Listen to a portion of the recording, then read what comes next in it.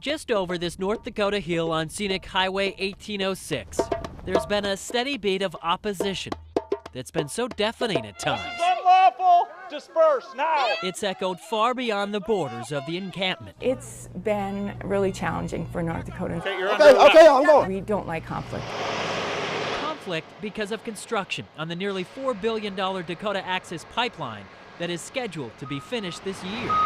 It would transport nearly 500,000 gallons of crude oil a day from the Bakken Formation in western North Dakota through South Dakota, Iowa, and Illinois, running for more than 1,000 miles. But the nearby Standing Rock Sioux Reservation, it's very stressful, and its supporters have been trying to stop it, saying the pipeline could spell environmental disaster crossing under the Missouri River and others that connect to it. We all know when the pipeline breaks, not if, but when it's going to destroy the water.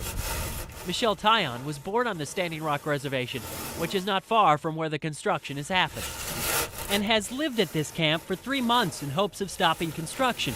The encampment is located next to the reservation, but on federal land. This is all our land, 1851 treaty land. Despite the protests, the construction on the pipeline continues behind me.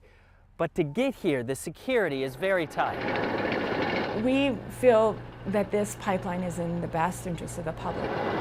The North Dakota Public Service Commission chairperson, Julie Fedorchak, says the state spent more than a year studying the pipeline and trying to gather comments, including from tribal communities. Well, the tribes have some serious concerns about this route.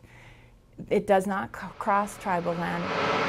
She says the pipeline will follow an existing natural gas pipeline, and she claims transporting oil underground is safer than hauling above it. I think it's far safer to put it 92 feet below the river, which is what this pipeline will be. Back off the street! Yet as tensions grow between protesters and police, the construction inches closer to the river, with both sides wondering what tomorrow's drumbeat will sound like. Let it shine, let it shine, let it shine.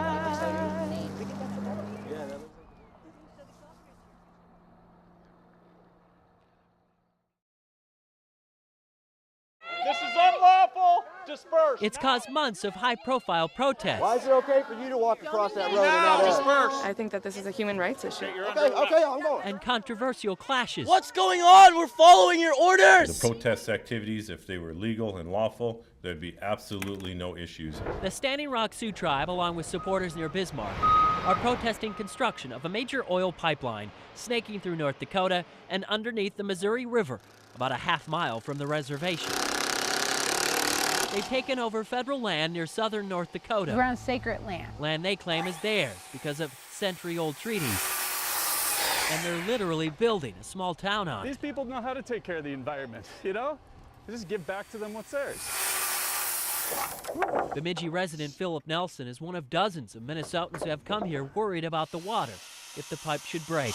I hope to someday retire and move back here. I don't know if you can just put your hand right on top. Justin Grayday is also worried. The Minneapolis resident grew up in Standing Rock, and his mom still lives on the reservation. Pipelines really do break, and it's just a matter of time before they do.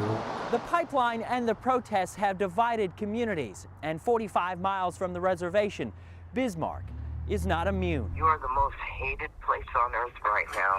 Bruce Strinden is a local rancher and Morton County commissioner.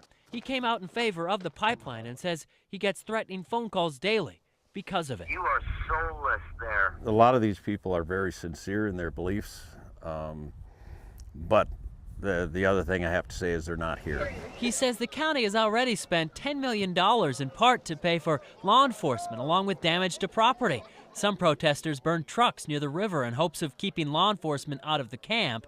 Strinden, though, believes it's a small minority. The sad part is that a lot of these out-of-state people that are here, they're going to go home at some point, and then we're going to be left here to pick up the pieces.